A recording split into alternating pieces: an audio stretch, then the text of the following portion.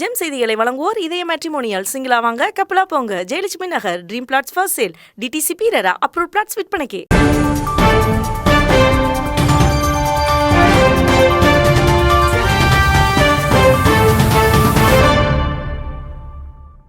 வணக்கம். விளம்பரதாரர்கள், cable TV ஆபரேட்டர்கள், நேயர்கள் மற்றும் சமூக வலைதள நண்பர்கள் அனைவருக்கும் ஜெம் தொலைக்காட்சியின் இனிய தமிழ் புத்தாண்டு நல்வாழ்த்துக்கள். முதலில் ஜெம் தலைப்புச் செய்திகளை காணலாம். பிறந்தது தமிழ் புத்தாண்டு. புத்தாண்டை முன்னிட்டு தமிழக அரசியல் கட்சி தலைவர்கள் பொதுமக்களுக்கு வாழ்த்து. ஆந்திர முதலமைச்சர் மீது கல்வீச்சு. அரசியல் வேறுபாடுகள் வன்முறையாக மாறக்கூடாது என தமிழக முதலமைச்சர் மு.க.ஸ்டாலின் கண்டனம். தேர்தல் பார்வையாளர்கள் அனைவரும் பணப்பட்டுவாடாவை தடுக்க கண்காணிப்பை தீவிரப்படுத்த வேண்டும். தலைமை தேர்தல் ஆணையர் ராஜ்குமார் அறிவுறுத்தல். டெல்லியில் பிரதமர் மோடி தலைமையில் இன்று தேர்தல் அறிக்கை வெளியிடுகிறது பாஜக. அரசியல் வட்டாரத்தில் பெரும் எதிர்பார்ப்பு. காங்கிரஸ் ஆட்சிக்கு வந்தால் விவசாய கடன்கள் அனைத்தும் தள்ளுபடி செய்யப்படும். ராகுல் காந்தி உறுதி. பிரதமர் மோடி பயன்படுத்தும் வார்த்தைகளை கண்டு மயங்கி விடாதீர்கள். காங்கிரஸ் பொதுச் செயலாளர் பிரியங்கா காந்தி ஆலோசனை. கல்வி உரிமையை பறிகொடுத்துவிட்டு மாநில தன்னாட்சியின் பெயர் பற்றி பேசுவதா? நாம் தமிழர் சீமான் ஆவேசம். ஈரானியர்களால் சிறைப்பிடிக்கப்பட்ட இஸ்ரேல் சரக்கு கப்பலில் 17 இந்தியர்கள். மீட்கும் பணி தீவிரம். இனி விரிவான செய்திகளை காணலாம். தமிழ் புத்தாண்டை முன்னிட்டு தமிழக அரசியல் கட்சி தலைவர்கள் பொதுமக்களுக்கு வாழ்த்துக்களை தெரிவித்துள்ளனர். அதிமுக பொதுச் செயலாளர் எடப்பாடி பழனிசாமி வெளியிட்டுள்ள அறிக்கையில், மலர் இருக்கும் குரோதி ஆண்டு எல்லா மக்களுக்கும் அன்பையும் நிறைந்த ஆரோக்கியத்தையும் மிகுந்த சந்தோஷத்தையும் பல்வேறு வெற்றிகளையும் நிம்மதியான வாழ்க்கையும் வாரி வழங்கும் ஆண்டாக அமைந்திட எல்லாம் அல்ல இறைவனை பிரார்த்தித்து உலகம் முழுவதும் வாழும் தமிழ் பெருமக்கள் அனைவருக்கும் எம்ஜிஆர், ஜெயலலிதா ஆகியோரது வழியில் எனது நெஞ்சார்ந்த தமிழ் புத்தாண்டு நல்வாழ்த்துக்களை மீண்டும் ஒருமுறை உறுதாக்கிக் கொள்கிறேன் என தெரிவித்துள்ளார். பாமக நிறுவனர் ராமதாஸ் வெளியிட்டுள்ள அறிக்கையில், தமிழ் மக்களுக்கு அனைத்து வகையான நலங்களும் வளங்களும் கிடைக்க வேண்டும். அனைத்து மக்களின் வாழ்விலும் நெருக்கடிகள் மறைந்து மகிழ்ச்சி நிறைய வேண்டும். அதற்காக கடுமையாக உழைக்க இச்சித்திரை திருநாளில் தமிழர்களாகிய நாம் உறுதியேற்றுக் கொள்வோம் என தனது அறிக்கையில் தெரிவித்துள்ளார். தமிழக காங்கிரஸ் தலைவர் செல்வ பெருந்தகை எக்ஸ் தளத்தில் தெரிவித்துள்ளதாவது, பாஜக அரசால் தமிழர்களின் உரிமைகளும் தன்மானமும் பறிக்கப்பட்டு வருவதை மீட்டெடுக்கவும், தமிழர்களின் கலாச்சாரத்தையும் பண்பாட்டையும் பாதுகாக்க வழி ஏற்படுத்தும் வகையிலும் நமது செயல்பாடுகள் அமைய வேண்டும். இந்த குரோதி வருட தமிழ் புத்தாண்டில் அனைவரது வாழ்விலும் ஏற்றம் பெற உரிய தருணம் அமைந்திருக்கிறது. அனைவருக்கும் இனிய தமிழ் புத்தாண்டு நல்வாழ்த்துக்களை தமிழ்நாடு காங்கிரஸ் கமிட்டி சார்பில் தெரிவித்துக் கொள்கிறேன் என கூறியுள்ளார். மதிமுக பொதுச் செயலாளர் வைகோ வெளியிட்ட அறிக்கையில், மக்கள் தீர்ப்பே மகேசன் தீர்ப்பு என்று கொண்டாடும் நல்ல தீர்ப்பை நாடே எதிர்பார்த்து கொண்டிருக்கிறது என்றும், மலரும் சித்திரையில் தளரும் பகை வளரும் நகை என்று மகிழ்வோடு இந்நாளை நாம் கொண்டாடி மகிழ்வோம் என வாழ்த்து தெரிவித்துள்ளார். பாமக தலைவர் அன்புமணி ராமதாஸ் வெளியிட்டுள்ள அறிக்கையில், சித்திரை வெற்றிகளையே வழங்கும் என்பது தமிழர்களின் நம்பிக்கை. அதை உண்மையாக்கும் வகையில் தமிழர்களின் வாழ்வில் அமைதி, வளம், முன்னேற்றம், மனநிறைவு மற்றும் வெற்றி, மகிழ்ச்சி, நல்லிணக்கம் உள்ளிட்ட அனைத்தையும் சித்திரை திருநாள் வழங்கட்டும் என்று கூறி, உலகம் முழுவதும் சித்திரை திருநாளை கொண்டாடும் தமிழர்களுக்கு எனது உளம்பூர்வமான வாழ்த்துக்கள் என கூறியுள்ளார். ஆந்திர முதலமைச்சர் மீது கல்வீச்சு சம்பவத்திற்கு தமிழக முதலமைச்சர் மு.க.ஸ்டாலின் கண்டனம் தெரிவித்துள்ளார். ஆந்திர பிரதேச முதலமைச்சர் OS ஜெகன்மோகன் ரெட்டி விஜயவாடாவில் நடந்த தேர்தல் பிரச்சாரத்தின் போது அடையாளம் தெரியாத நபரின் கல்வீச்சு தாக்குதலில் காயமடைந்தார். இதில் ஜெகன்மோகன் ரெட்டியின் இடது புருவத்தில் கடுமையான காயம் ஏற்பட்டது. உடனடியாக அவருக்கு பேருந்தில் இருந்த மருத்துவர்கள் முதலுதவி சிகிச்சை அளித்தனர். இந்த தாக்குதலில் முதலமைச்சருக்கு அருகில் இருந்த MLA வெள்ளிப்பள்ளியின் இடது கண்ணிலும் காயம் ஏற்பட்டது. இந்நிலையில் கல்வீசி தாக்குதல் நடத்திய மர்ம நபர் குறித்து போலீசார் விசாரணை மேற்கொண்டு உள்ளனர். இந்த நிலையில் ஜெகன்மோகன் ரெட்டி மீதான தாக்குதலுக்கு தமிழக முதலமைச்சர் மு.க.ஸ்டாலின் கண்டனம் தெரிவித்துள்ளார். இது தொடர்பாக அவர் வெளியிட்டுள்ள எக்ஸ் தள பதிவில், ஆந்திர முதலமைச்சர் ஜெகன்மோகன் ரெட்டி மீது கல் வீசப்பட்டதை கண்டிக்கிறேன். அரசியல் வேறுபாடுகள் வன்முறையாக மாறக்கூடாது என்றும், ஜனநாயக செயல்பாட்டில் ஈடுபடும் போது நாகரீகத்தையும் பரஸ்பர மரியாதையும் நிலைநாட்ட வேண்டும் என்று அவர் ஜெகன்மோகன் ரெட்டி விரைவில் குணமடைந்த வாழ்த்துகிறேன் என தெரிவித்துள்ளார். தேர்தல் பார்வையாளர்கள் அனைவரும் பணப்பட்டுவாடாவை தடுக்க கண்காணிப்பை தீவிரப்படுத்த வேண்டும் என தலைமை தேர்தல் கமிஷனர் ராஜகுமார் அறிவுறுத்தியுள்ளார். தேர்தல் பார்வையாளர்கள் மற்றும் மாநில தலைமை தேர்தல் அதிகாரிகளுடனான ஆலோசனை கூட்டமானது முழுவதும் வீடியோ கான்பரன்ஸ் வழியே நடத்தப்பட்டது. இந்த கூட்டத்தில் தலைமை செயலகத்தில் தமிழக தலைமை தேர்தல் அதிகாரி சத்யபிரதா சாஹூ, சிறப்பு தேர்தல் பார்வையாளர் பாலகிருஷ்ணன், கூடுதல் தலைமை தேர்தல் அலுவலர் சங்கர்லால் குமாவத் மற்றும் இணை தலைமை தேர்தல் அலுவலர் ஸ்ரீகாந்த் ஆகியோர் பங்கேற்றனர். கூட்டத்தில் தலைமை தேர்தல் கமிஷனர் பேசும்போது முதல் கட்ட தேர்தல் வரும் 19ஆம் தேதி நடக்க உள்ளது. அப்பகுதியில் தேர்தல் பார்வையாளர்கள் கண்காணிப்பை தீவிரப்படுத்துங்கள் என்றும் பறக்கும் படை, நிலை கண்காணிப்பு குழு ஆகியவற்றை வைத்து சோதனையை தீவிரப்படுத்துங்கள் என்றும் உங்கள் மொபைல் எண்ணை மக்களுக்கு தெரியப்படுத்துங்கள் என்றார். யார் போனில் தொடர்பு கொண்டாலும் பேசுங்கள், அவர்கள் கூறும் புகார்கள் மீது உடனுக்குடன் நடவடிக்கை என்றார். வாக்காளர்களுக்கு பணம் மற்றும் பரிசு பொருட்கள் வழங்குவதை தடுக்க வேண்டும் என தலைமை தேர்தல் கமிஷனர் அறிவுரை வழங்கியுள்ளார். பாஜகவின் தேர்தல் அறிக்கை இன்று வெளியிடப்பட உள்ள நிலையில் வாக்காளர்களுக்கிடையே பெரும் எதிர்பார்ப்பாக உள்ளது. தேர்தலுக்காக நாடு முழுவதும் அரசியல் கட்சிகள் அனல் பறக்கும் பிரச்சாரத்தில் ஈடுபட்டுள்ளன. பல்வேறு மாநில மற்றும் தேசிய கட்சிகள் தேர்தல் அறிக்கைகளை வெளியிட்டு பிரச்சாரத்தில் ஈடுபட்டு வருகின்றன. காங்கிரஸ் கட்சி கடந்த சில நாட்களுக்கு முன்பு தங்களது தேர்தல் அறிக்கையை வெளியிட்டது. இந்த நிலையில் பாஜக இன்று தனது தேர்தல் அறிக்கையை வெளியிட உள்ளதாக தகவல்கள் வெளியாகி உள்ளன. டெல்லியில் உள்ள பாஜக தலைமை அலுவலகத்தில் நடைபெறும் தேர்தல் அறிக்கை வெளியீட்டு விழாவில் பிரதமர் நரேந்திர மோடி மற்றும் கட்சியின் மூத்த தலைவர்கள் கலந்து கொள்வார்கள் என எதிர்பார்க்கப்படுகிறது. அம்பேத்கரின் பிறந்தநாளையொட்டி பாஜக தனது தேர்தல் அறிக்கையை வெளியிடுவது குறிப்பிடத்தக்கது. காங்கிரஸ் ஆட்சிக்கு வந்தால் விவசாய கடன்கள் அனைத்தும் தள்ளுபடி செய்யப்படும் என ராகுல் காந்தி உறுதியளித்துள்ளார். மராட்டியத்தின் பாந்தாரா மாவட்டத்தில் நடந்த பிரச்சார கூட்டத்தில் பேசிய அவர், மத்தியில் காங்கிரஸ் ஆட்சிக்கு வந்தால் விவசாய கடன்கள் அனைத்தும் தள்ளுபடி செய்யப்படும்.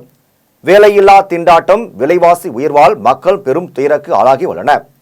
நாட்டின் எதிர்காலத்திற்கு சாதிவாரி கணக்கெடுப்பு முக்கியமானது என்றும், ஆகவே மத்தியில் ஆட்சிக்கு வந்ததும் இதுவே நடத்தப்படும். தன்னை பிற்படுத்தப்பட்டவர் என கூறிக்கொள்ளும் பிரதமர் மோடி அந்த பிரிவினருக்காக கடந்த 10 ஆண்டுகளில் செய்தது என்ன என்பதை கூற வேண்டும் என்றார். மேலும் பிரதமர் மோடியின் 10 ஆண்டுகால ஆட்சியின் அதானி நிறுவனங்களின் பங்குகள் ராக்கெட் வேகத்தில் உயர்ந்தன. தற்போது சாலைகள், பாலங்கள், நிலக்கரி சுரங்கங்கள் மற்றும் மின் நிலையங்கள், துறைமுகங்கள், விமான நிலையங்கள் என அனைத்தையும் அவர் வைத்திருக்கிறார். கொரோனா பெருந்தொற்று நாட்களில் சாதாரண மக்கள் மருத்துவ உதவிக்காக வேண்டினார்கள் என்றும் அவர்களிடம் பாத்திரங்களை தட்டுமாறும், செல்போன் டார்ச் அடிக்குமாறும் மோடி கேட்டுக்கொண்டார் என்று ராகுல் காந்தி கூறினார். பிரதமர் மோடி பயன்படுத்தும் வார்த்தைகளை கண்டு மயங்கி விடாதீர்கள் என்று காங்கிரஸ் பொதுச் செயலாளர் பிரியங்கா காந்தி தெரிவித்துள்ளார். நாடாளுமன்ற தேர்தலையொட்டி உத்தரகாண்ட் மாநிலம் ராம்நகர், ரூகி மற்றும் ஹரித்வார் நாடாளுமன்ற தொகுதிகளில் காங்கிரஸ் கட்சி பிரச்சார பொதுக்கூட்டம் நடைபெற்றது. இதில் காங்கிரஸ் பொதுச் செயலாளர் பிரியங்கா காந்தி கலந்து கொண்டு பேசினார். அப்போது பேசியவர், பிரதமர் மோடி தனது தேர்தல் உரைகளில் பயன்படுத்தும் வார்த்தைகளை கண்டு மயங்கி விடாதீர்கள். வாக்களிக்கு முன் 10 ஆண்டுகால மோடி அரசு உங்கள் வாழ்வில் நல்ல மாற்றத்தை கொண்டு வந்திருக்கிறதா என்பதை நீங்களே எடை போட்டு பாருங்கள். இந்த தேர்தலில் மாற்றத்துக்காக வாக்களிக்கும் என்றார்.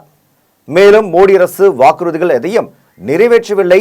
2 கோடி இளைஞர்களுக்கு வேலைகள் மற்றும் ஒவ்வொரு குடிமகனின் வங்கி கணக்கிலும் 15 லட்சம் ரூபாய் வைப்பு போன்ற வாக்குறுதிகள் நிறைவேற்றப்படவில்லை என்று தெரிவித்த அவர், பிரதமர் மோடி பயன்படுத்தும் வார்த்தைகளை கண்டு மயங்கி விடாதீர்கள் என்று தெரிவித்தார். கல்வி உரிமையை பறிகொடுத்துவிட்டு மாநில தன்னாட்சியின் பெயர் பற்றி பேசுவதா என்று நாம் தமிழர் கட்சி சீமான் ஆவேசமாக கேள்வி எழுப்பியுள்ளார். திருச்சி மண்ணச்சநல்லூர் தேர்தல் பிரச்சாரத்தின் போது நாம் தமிழர் கட்சி சீமான் பேசினார். பல ஆண்டுகால வறுமையை ஒழிக்க இந்த தேர்தல் அரசியல் வரலாற்று படைப்பு. அன்று வெள்ளையர்களை எதிர்த்து போராடிய நாம் முன்னோர்களைப் போல இன்று கொள்ளையர்களை எதிர்த்து கருவின்றி அருவாயுதம் கொண்டு அரசியல் போர் புரிந்து கொண்டிருக்கிறோம்.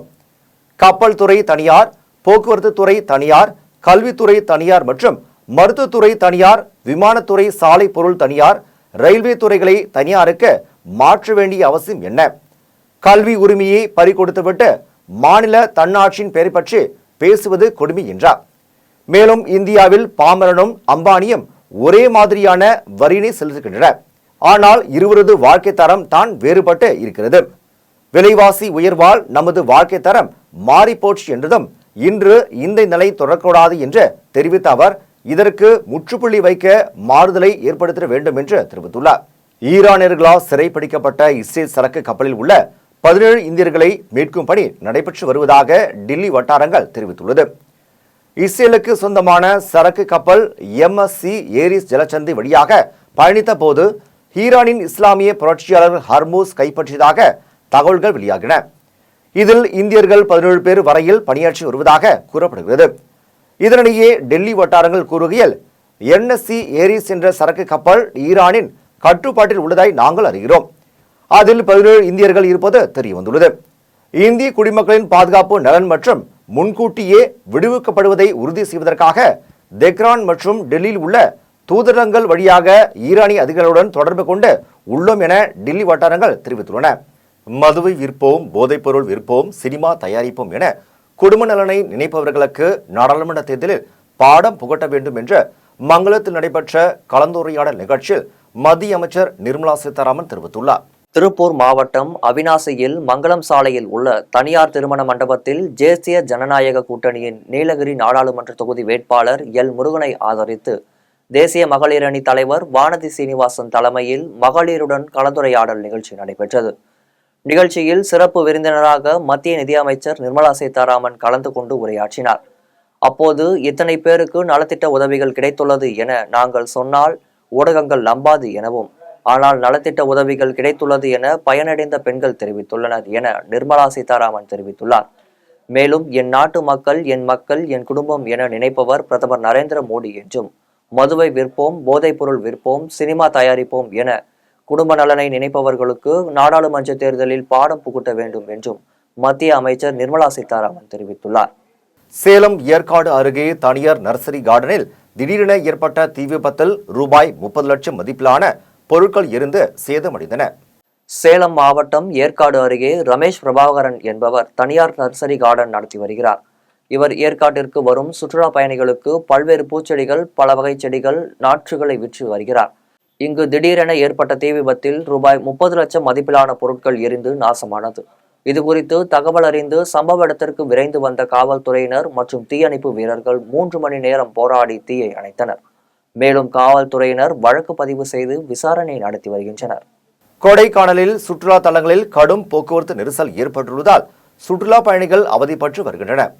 இந்தியாவின் சுவிட்சர்லாந்து என்று அழைக்கப்படும் கொடைக்கானலில் தமிழகம் மட்டுமல்லாமல் பல்வேறு மாநிலங்கள், பல்வேறு நாடுகளில் இருந்து தினம்தோறும் கொடைக்கானலில் உள்ள முக்கிய சுற்றுலா தலமான வெள்ளநீர் வீழ்ச்சி, நட்சத்திர வடிவிலான ஏரி, பிரயன் பூங்கா, கோக்கன் வாக், வனத்துறைக்கு கட்டுப்பட்ட தூண்பாறை, குணா குகை, அமைதி பள்ளத்தாக்கு, பைன் பாரஸ்ட் உள்ளிட்ட பகுதிகளிலும், இதேபோன்று கொடைக்கானல் மேல்மலை பகுதிகளில் உள்ள பூம்பாறை, மன்னவனூர் லேக், ஆட்டுப்பாட்டனை, சுழல் சுற்றுலா மையம், ரோஜா பூங்கா உள்ளிட்ட பகுதிகளிலும் சுற்றுலா பயணிகள் குவிந்து வருகின்றனர். இதனால் பெருமாள் மலையில் இருந்து ஏரி சாலை, நாயுடுபுரம், மூஞ்சிக்கல் பகுதி மற்றும் மேல்மலையில் உள்ள பூம்பாறை, மன்னவனூர் உள்ளிட்ட பகுதிகளில் வாகனங்கள் அதிக அளவில் செல்வதால் மணிக்கணக்கில் வாகனங்கள் வரிசை கட்டி அணிவகுத்து செல்கின்றன. கூட்ட நெரிசலின் காரணமாக சுற்றுலா பயணிகள் கடும் அவதிப்படுகின்றனர். தேனி பங்களாமேடு பகுதியில் தேனி நாடாளுமன்ற தொகுதியில் போட்டியிடும் வேட்பாளர் டிடிவி தினகரை ஆதரித்த தமிழக பாஜக தலைவர் அண்ணாமலை குக்கர் சின்னத்திற்கு வாக்குகள் சேகரித்தார். தேனி நாடாளுமன்ற தொகுதியில் பாஜக கூட்டணியில் போட்டியிடும் அமமுக வேட்பாளர் டிடிவி தினகரனை ஆதரித்து தமிழக பாஜக தலைவரும் கோவை பாஜக வேட்பாளருமான அண்ணாமலை தேனி பங்களாமேடு பகுதியில் பிரச்சாரம் மேற்கொண்டார். அப்போது நரேந்திர மோடி தலைமையிலான மத்திய அரசின் சாதனைகளை எடுத்து கூறியும், பாஜக கூட்டணியில் உள்ள அமமுக வேட்பாளர் தினகரனை வெற்றி பெற செய்தால் தேனி தொகுதியில் மேற்கொள்ள வேண்டிய வளர்ச்சி திட்டங்கள் குறித்தும் விளக்கி பேசியும் குக்கர் சின்னத்திற்கு வாக்கு சேகரித்தார். பிரச்சாரத்தில் அமமுக நிர்வாகிகள், பாஜக நிர்வாகிகள் உட்பட தொண்டர்கள் ஏராளமானோர் கலந்து கொண்டனர். விருதாச்சலம் அருகே முருகன்குடி கிராம பொதுமக்கள் தங்கள் வீடுகளில் கருப்பு கொடி கட்டி ஆர்ப்பாட்டத்தில் ஈடுபட்ட சம்பவம் பரபரப்பை ஏற்படுத்தியுள்ளது. கடலூர் மாவட்டம் விருதாச்சலம் அருகே வடலூர் வள்ளலார் சத்திய ஞான சபை பெருவெளியில் சர்வதேச மையம் அமைப்பை நிறுத்த கோரி அப்பகுதி மக்கள் போராட்டத்தில் ஈடுபட்டனர். அப்போது பார்வதிபுரம் கிராம மக்கள் திடீரென சர்வதேச மையத்திற்கான தோண்டப்பட்ட பள்ளத்திற்குள் இறங்கி போராட்டத்தில் ஈடுபட்டனர். இதுகுறித்து தகவல் அறிந்து வந்த போலீசார் போராட்டத்தில் ஈடுபட்டவர்களிடம் பேச்சுவார்த்தை நடத்தினர். அப்போது பணிகளை நிறுத்தினால் மட்டுமே இங்கிருந்து செல்வோம், இல்லை என்றால் சாகும் வரை உண்ணாவிரதம் இருப்போம் என கூறி தொடர் போராட்டத்தில் ஈடுபட்டனர். இதனால் போராட்டத்தில் ஈடுபட்ட 100க்கும் மேற்பட்டோரை போலீசார் கைது செய்தனர். இந்நிலையில் அவர்கள் மீது போடப்பட்ட பொய் வழக்குகளை நீக்க கோரியும் அவர்களை உடனடியாக விடுவிக்க கோரியும் முருகன்குடி கிராம பொதுமக்கள் தங்கள் வீடுகளில் கருப்பு கொடி கட்டி ஆர்ப்பாட்டத்தில் ஈடுபட்டனர். இதனால் அப்பகுதியில் பரபரப்பு ஏற்பட்டது. பாஜகவும் அண்ணாமலையும் நாங்கள் ஒரு பொருட்டாக மதிக்கவில்லை என்று கோவை அதிமுக வேட்பாளர் சிங்கை ராமச்சந்திரன் தெரிவித்துள்ளார். இதுகுறித்து அக்கட்சி அலுவலகத்தில் செய்தியாளர்களுக்கு பேட்டியளித்த அவர் இவ்வாறு தெரிவித்தார். நான் ஒன்றுதான் சொல்லிக்க விரும்புறேன். கோயம்புத்தூர்காரனுக்கு பயங்கிறதே கிடையாது. டைரக்டா எதா இருந்தாலும் ஃபேஸ் பண்ணுவோம். இப்பவும் சொல்றேன், அண்ணாமலை எல்லாம் இல்ல, அவங்க பாஸ் மோடி இருக்காரு இல்லையா, அவரே வந்தாலும் கூட அவரு கூட டைரக்டா உட்காந்து பேசவும் தயார். ஏன்னா அவரு தான் பிரஸ் மீட்டே கொடுக்க மாட்டாரு, பயப்படுவார். இத்தனை வருஷம் பிரதமராக இருந்து எத்தனை பிரஸ் மீட் கொடுத்திருக்காரு. அவர்கிட்டயே பேச தயார். அவருக்கு தமிழ் தெரியாது, அவர் மொழியிலேயும் பேச தயார். நம்ம பயந்தெல்லாம் என்னைக்குமே இருந்தது கிடையாது. ஏன்னா எங்கிட்ட உண்மை இருக்கு, தரவுகள் இருக்கு, எதா இருந்தாலும் பேச முடியும். அதுதான் இது முதல் இந்த பாயிண்ட்டை ஸ்ட்ராங்கா சொல்ல விரும்புறேன். ரெண்டாவது விஷயம், அதிமுகவை அழுத்தி விடுவேன். அதுக்கப்புறம் இப்ப ரீசெண்டா போயிட்டு இருக்கு, ஏதோ தேனியில போயிட்டு அடுத்து வந்து டிடிவி தினகரன் வசம் அதிமுக போவோம், இங்க போவோம், அங்க போவோம் சொல்லிட்டு இருக்காரு. வடசென்னை அதிமுக வேட்பாளருக்கு வாக்களிக்க கோரி பொதுமக்களிடம் நடிகை விந்தியா வாக்கு சேகரிப்பில் ஈடுபட்டார். வடசென்னை அதிமுக வேட்பாளர் ராயபுரம் மனோ ஆர்கே நகர் தொகுதி நேதாஜி நகர் பகுதியில் உள்ள மசூதிக்கு சென்று இஸ்லாமிய சகோதரர்களிடம் துண்டு பிரசுரங்கள் கொடுத்து வாக்கு சேகரித்தார். பின்னர் வடசென்னை நாடாளுமன்ற திருவெற்றியூர் தொகுதி மணலி மார்க்கெட் பகுதியில் பொதுமக்களுக்கு கரும்பு ஜூஸ் போட்டு கொடுத்து நூதன முறையில் வாக்குகளை சேகரித்தார். மேலும் கொளத்தூர் பாலாஜி நகர் பிரதான சாலை, பெரம்பூர் வீனஸ் பிரதான சாலை, வியாசர்பாடி ஆகிய பகுதிகளுக்கு நடிகை விந்தியா வடசென்னை அதிமுக கட்சி வேட்பாளருக்கு வாக்களிக்க கோரி பொதுமக்களிடம் பிரச்சாரத்தில் ஈடுபட்டார். அப்போது மக்கள் கவனத்தை ஈர்க்கும் வகையில் கரகாட்டம், தப்பாட்டம் உள்ளிட்ட கலை நிகழ்ச்சிகள் நடைபெற்றது. பின்னர் செய்தியாளர்களிடம் பேசிய நடிகை விந்தியா இவ்வாறு தெரிவித்தார். நாங்க மக்களை நம்பி இருக்கோம், பிஜேபி கூட்டணியை நம்பி எல்லாம் இல்ல. அதிமுக பிரதான கட்சி, எங்க தயவுல எங்க கூட்டணியில தான் பிஜேபி இருந்தாங்க. நாங்க அதுதானே இங்க சொல்றோம். ஈடியா இருந்தாலும் சரி, மோடியா இருந்தாலும் சரி, உதயநிதி டேடியா இருந்தாலும் சரி, எங்களுக்கு யாரை பார்த்தும் பயம் கிடையாது. மக்களுக்காக போராடுறதுக்கு களத்துல இறங்கி மக்கள் பக்கம் நிக்கிறோம். நாங்க மக்களை காப்பாற்றுவோம், அந்த மக்களே எங்களை காப்பாற்றுவாங்க. சென்னை போரூரில் செல்போன் பழுதுபார்க்கும் கடையில் செல்போன் வெடித்து சிதறும் சிசிடிவி காட்சிகள் வெளியாக உள்ளது. சென்னை போரூரில் தனியாருக்கு சொந்தமான செல்போன்கள் பழுது பார்க்கும் கடை ஒன்று இயங்கி வருகிறது. இந்நிலையில் வாடிக்கையாளர் ஒருவர் தன்னுடைய செல்போனை பழுது பார்ப்பதற்காக கடைக்கு சென்றுள்ளார். அப்போது கடையின் உரிமையாளர் வாடிக்கையாளரின் செல்போனை பழுது பார்த்து கொண்டிருக்கும் போது திடீரென அந்த செல்போன் பேட்டரியில் இருந்து புகை வந்ததை அடுத்து அந்த செல்போன் வெடித்து சிதறியது. செல்போனை வெடித்து சிதறும் சிசிடிவி காட்சிகள் வெளியாகி இணையத்தில் வைரலாகி வருகிறது. அதிர்ஷ்டவசமாக செல்போன் வெடித்ததில் யாருக்கும் எவ்வித காயமும் ஏற்படவில்லை என தகவல் வெளியாகி உள்ளது. காஞ்சிபுரம் அதிமுக வேட்பாளர் நுங்கு வெட்டி கொடுத்து வாக்கு சேகரிப்பில் ஈடுபட்டார். காஞ்சிபுரம் நாடாளுமன்ற தனித்தொகுதி அதிமுக வேட்பாளர் ராஜசேகரை இரட்டை இலை சின்னத்தில் வாக்களித்து வெற்றி பெற கோரி அதிமுகவினர் தினம்தோறும் தீவிர பிரச்சாரத்தில் ஈடுபட்டு வருகின்றனர். இந்நிலையில் காரணை மண்டபம் பேருந்து நிறுத்தும் இடத்தில் பனை நுங்கு விற்பனை செய்து வரும் வியாபாரியிடம் வேட்பாளர் ராஜசேகர் பொதுமக்களுக்கும் மற்றும் பிரசாரத்திற்கு வருகை தந்த மக்களுக்கு உடலின் வெப்பத்தை போக்க பனை நுங்கு வெட்டி கொடுத்து தீவிர வாக்கு சேகரிப்பில் ஈடுபட்டார். குன்றத்தூர் அருகே மினி வேனில் கொண்டு வரப்பட்ட தங்க கட்டிகளை தேர்தல் பறக்கும் படை அதிகாரிகள் பறிமுதல் செய்தனர். ஸ்ரீபெரும்புத்தூர் நாடாளுமன்ற தொகுதிக்கு உட்பட்ட குன்றத்தூர் அருகே வண்டலூர் மேஞ்சூர் வெளிவட்ட சாலையில் தேர்தல் பறக்கும் படை அதிகாரிகள் வாகன சோதனையில் ஈடுபட்டிருந்தனர். அப்போது சென்னை விமான நிலையத்தில் இருந்து வந்த மினி வேனை மடக்கி சோதனை செய்ததில் அதில் தங்க கட்டிகள் இருப்பது தெரிய வந்தது. அவர்கள் வைத்திருந்த ஆவணங்களை பார்த்தபோது அதில் 400 கிலோ தங்க கட்டிகள் இருப்பதாகவும் வாகனத்தில் வந்த ஊழியர்கள் 1425 கிலோ தங்க கட்டிகள் இருப்பதாக தெரிவித்தனர். இதையடுத்து முன்னுக்கு பின் முரணான தகவலால் அதிர்ச்சி அடைந்த பறக்கும் படை அதிகாரிகள் நகை கட்டிகள் இருந்த வாகனத்தை பறிமுதல் செய்து ஸ்ரீபெரும்புத்தூரில் உள்ள தாசில்தார் அலுவலகத்திற்கு கொண்டு சென்றனர். அந்த வாகனத்தில் இருப்பது 400 கிலோ தங்க கட்டிகளா அல்லது 1425 கிலோ தங்க கட்டிகளா என்பது குறித்து விசாரணை நடத்திய பின்னரே தகவல் தெரிய வரும் என அதிகாரிகள் தரப்பில் தெரிவிக்கப்பட்டுள்ளது. நிலக்கோட்டை அருகே சொகுசு கார் மோதிய விபத்தில் பூ விவசாயிகள் 2 பேர் சம்பவ இடத்திலேயே உயிரிழந்தனர்.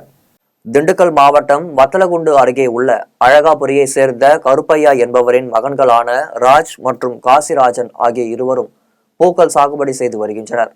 இந்நிலையில் நிலக்கோட்டை பூ சந்தையில் பூக்களை விற்பதற்காக தனது இருசக்கர வாகனத்தில் அழகாபுரியில் இருந்து நிலக்கோட்டை பிரதான சாலையில் சென்று கொண்டிருந்தனர். அப்போது மதுரையில் இருந்து கொடைக்கானல் செல்லும் சொகுசு கார் இருசக்கர வாகனத்தின் மீது மோதி விபத்துக்குள்ளானது. இந்த விபத்தில் படுகாயமடைந்த அண்ணன், தம்பி இருவரையும் அருகில் இருந்தவர்கள் மீட்டு நிலக்கோட்டை அரசு மருத்துவமனைக்கு கொண்டு சென்றனர். அங்கு பரிசோதித்த மருத்துவர்கள் 2 பேரும் வரும் வழியிலேயே இறந்துவிட்டதாக தெரிவித்தனர். இதுகுறித்து தகவல் அறிந்த நிலக்கோட்டை காவல் நிலைய ஆய்வாளர் ராஜேந்திரன் சம்பவ இடத்திற்கு விரைந்து சென்று 2 பேரின் உடல்களையும் மீட்டு பிரேத பரிசோதனைக்கு அனுப்பி வைத்தார். மேலும் காவல்துறையினர் வழக்கு பதிவு செய்து விசாரணை நடத்தி வருகின்றனர். திருச்செந்தூர் சுப்பிரமணிய சுவாமி திருக்கோவிலில் 43 நாட்களில் உண்டியல் காணிக்கையாக ரூபாய் 4,19,00,000 கிடைத்துள்ளதாக தெரிவிக்கப்பட்டுள்ளது. திருச்செந்தூர் சுப்பிரமணிய சுவாமி கோவில் மாதந்தோறும் உண்டியல் எண்ணப்படுகிறது. இந்நிலையில் 43 நாட்களில் கிடைத்த உண்டியல் காணிக்கைகள் என்னும் பணி வசந்த மண்டபத்தில் நடைபெற்றது. நிகழ்ச்சிக்கு கோவில் அறங்காவலர் குழு தலைவர் அருள்முருகன் தலைமை வகித்தார். இணை ஆணையர் கார்த்திக் முன்னிலை வகித்தார்.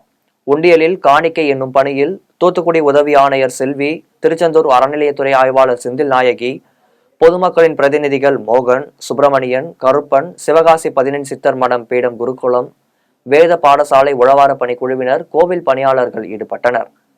இதில் 2300 கிராம் தங்கமும் 46,000 கிராம் வெள்ளியும் 783 வெளிநாட்டு கரன்சியும் காணிக்கையாக கிடைத்துள்ளது என தெரிவிக்கப்பட்டுள்ளது. கொடைக்கானல் பிரைட்டன் பூங்காவில் நாடாளுமன்ற தேர்தல் விழிப்புணர்வு முகாம் நடைபெற்றது. திண்டுக்கல் மாவட்டம் கொடைக்கானலில் அதிக அளவில் சுற்றுலா பயணிகள் வந்து செல்லும் பிரைட்டன் பூங்காவில் தோட்டக்கலை மற்றும் மகளிர் குழுவின் சார்பில் தேர்தல் விழிப்புணர்வு முகாம் நடைபெற்றது. முகாமில் மகளிர் குழுவினர் பங்கேற்று ஓட்டுக்கு வேண்டாம் நோட்டு, வாக்களிப்பது நம்முடைய கடமை என்றும் உறுதியான நம்பிக்கை கொண்டு அமைதியாகவும் உண்மையாகவும் அச்சமின்றி 100% வாக்களிப்போம் என்றும் உறுதிமொழி எடுத்துக் கொண்டனர். இதில் தோட்டக்கலை இயக்குனர் பிரிட் பூங்கா கார்த்திகா, தேர்தல் மாவட்ட அளவிலான பொறுப்பாளர்கள், மகளிர் குழு திட்ட இயக்குனர் சரவணன், வட்டாட்சியர் சரவணவாசன் உட்பட பலர் கலந்து கொண்டனர். காஞ்சிபுரத்தில் ஸ்ரீ கருக்கனில் அமர்ந்தவள் ஆலயத்தில் லட்சதீப திருவிழா சிறப்பாக நடைபெற்றது. காஞ்சிபுரம் கருக்கினில் அமர்ந்தவள் தெருவில் அமைந்துள்ள கருக்கினில் அமர்ந்தவள் ஆலயத்தில் பங்குனி மாத தீப விழா விமர்சையாக நடைபெற்றது. விழாவில் மூலவர் அம்பாளுக்கும் உற்சவர் அம்பாளுக்கும் சிறப்பு அலங்காரம் செய்யப்பட்டு தூப தீபாராதனைகள் நடைபெற்றது. இதில் காஞ்சிபுரம் மற்றும் அதனை சுற்றியுள்ள பகுதிகளில் இருந்து ஏராளமான பக்தர்கள் கலந்து கொண்டு தீபங்கள் ஏற்றி வழிபாடு செய்தனர். ஒவ்வொரு ஆண்டும் பங்குனி மாத கடைசி வெள்ளிக்கிழமை லட்சதீப விழா இந்த ஆலயத்தில் பல ஆண்டுகளாக தொடர்ந்து நடைபெற்று வருகிறது என்பது குறிப்பிடத்தக்கது. விழாவிற்கான ஏற்பாடுகள் ஆலய பரம்பரை தர்மகர்த்தா சார்பில் சிறப்பாக நடைபெற்றது. சாலவாக்கம் பேருந்து நிலையத்தில் வாக்கு சேகரித்த திமுக வேட்பாளர் செல்வத்திற்கு 50க்கும் மேற்பட்ட பெண்கள் நீண்ட வரிசையில் நின்று ஆரத்தி எடுத்து வரவேற்றனர். காஞ்சிபுரம் நாடாளுமன்ற தனித்தொகுதியில் 3வது முறையாக போட்டியிடும் திமுக வேட்பாளர் செல்வம் உதயசூரியன் சின்னத்திற்கு தீவிர வாக்குகள் சேகரித்து வருகிறார். இந்நிலையில் இரவென்றும் பாராமல் காஞ்சிபுரம் மாவட்டம் உத்திரமேரூர் அருகே சாலவாக்கம் ஒன்றியத்திற்கு உட்பட்ட பல்வேறு கிராமங்களில் வேட்பாளர்கள் செல்வம் வீதி வீதியாக சென்று பொதுமக்களை சந்தித்து வாக்கு சேகரித்தார். அப்போது தமிழக அரசு செய்துள்ள சாதனைகளை எடுத்துரைத்தும் கடந்த 10 ஆண்டுகளில் பாஜக அரசு தமிழகத்திற்கு இழைத்துள்ள துரோகத்தையும் பொதுமக்களிடம் எடுத்துரைத்து உதயசூரியன் சின்னத்திற்கு தீவிர வாக்குகள் சேகரித்தார். சாலவாக்கம் பேருந்து நிலையத்தில் வாக்கு சேகரித்த போது 50க்கும் மேற்பட்ட பெண்கள் நீண்ட வரிசையில் காத்திருந்து திமுக வேட்பாளர் செல்வத்திற்கு ஆரத்தி எடுத்தும் மாலை அணிவித்தும் உற்சாக வரவேற்பு அளித்தனர். புதுச்சேரி லலிதாம்பிகை கோவிலில் மகா யாக விழாவையொட்டி லலிதாம்பிகைக்கு சிறப்பு அபிஷேகம் நடைபெற்றது. புதுச்சேரி குருமாம்பேட் பகுதியில் ஸ்ரீ யோகமாயா லலிதாம்பிகை திருக்கோவிலில் அமைந்துள்ளது. இக்கோவிலில் பங்குனி மாத அமாவாசை 5ஆம் நாளை ஒட்டி ஸ்ரீ லலிதா மகாயாகம் நடைபெற்றது. பால், தயிர், சந்தனம், திருமஞ்சனம், குங்குமம், கலச நீர் உள்ளிட்ட பல்வேறு திரவியங்கள் கொண்டு அபிஷேகம் செய்யப்பட்டு மலர்களால் அலங்கரிக்கப்பட்ட அம்மனுக்கு தீபாராதனைகள் காண்பிக்கப்பட்டது. தொடர்ந்து நாதஸ்வர நிகழ்ச்சி மற்றும் வீணை கச்சேரி நடைபெற்றது. வசந்த நவராத்திரியை முன்னிட்டு பக்தர்கள் லலிதாம்பிகையை வழிபட்டு சென்றனர். மீண்டும் ஜெம் தலைப்புச் செய்திகள். பிறந்தது தமிழ் புத்தாண்டு. புத்தாண்டை முன்னிட்டு தமிழக அரசியல் கட்சி தலைவர்கள் பொதுமக்களுக்கு வாழ்த்து. ஆந்திர முதலமைச்சர் மீது கல்வீச்சு. அரசியல் வேறுபாடுகள் வன்முறையாக மாறக்கூடாது என தமிழக முதலமைச்சர் மு.க.ஸ்டாலின் கண்டனம். தேர்தல் பார்வையாளர்கள் அனைவரும் பணப்பட்டுவாடாவை தடுக்க கண்காணிப்பை தீவிரப்படுத்த வேண்டும். தலைமை தேர்தல் ஆணையர் ராஜ்குமார் அறிவுறுத்தல். டெல்லியில் பிரதமர் மோடி தலைமையில் இன்று தேர்தல் அறிக்கை வெளியிடுகிறது பாஜக. அரசியல் வட்டாரத்தில் பெரும் எதிர்பார்ப்பு. காங்கிரஸ் ஆட்சிக்கு வந்தால் விவசாய கடன்கள் அனைத்தும் தள்ளுபடி செய்யப்படும். ராகுல் காந்தி உறுதி. பிரதமர் மோடி பயன்படுத்தும் வார்த்தைகளை கண்டு மயங்கி விடாதீர்கள். காங்கிரஸ் பொதுச் செயலாளர் பிரியங்கா காந்தி ஆலோசனை. கல்வி உரிமையை பறிகொடுத்துவிட்டு மாநில தன்னாட்சியின் பெயர் பற்றி பேசுவதா? நாம் தமிழர் சீமான் ஆவேசம். ஈரானியர்களால் சிறைப்பிடிக்கப்பட்ட இஸ்ரேல் சரக்கு கப்பலில் 17 இந்தியர்கள், மீட்கும் பணி தீவிரம். இத்துடன் ஜிம் செய்திகள் நிறைவடைகின்றன. மீண்டும் ஜிம் செய்திகள் மதியம் 1:30 மணிக்கு. உடனுக்குடன் செய்திகளை காண ஜிம் live.tv என்ற இணையதளத்தில் இணைந்திருங்கள். நன்றி, வணக்கம்.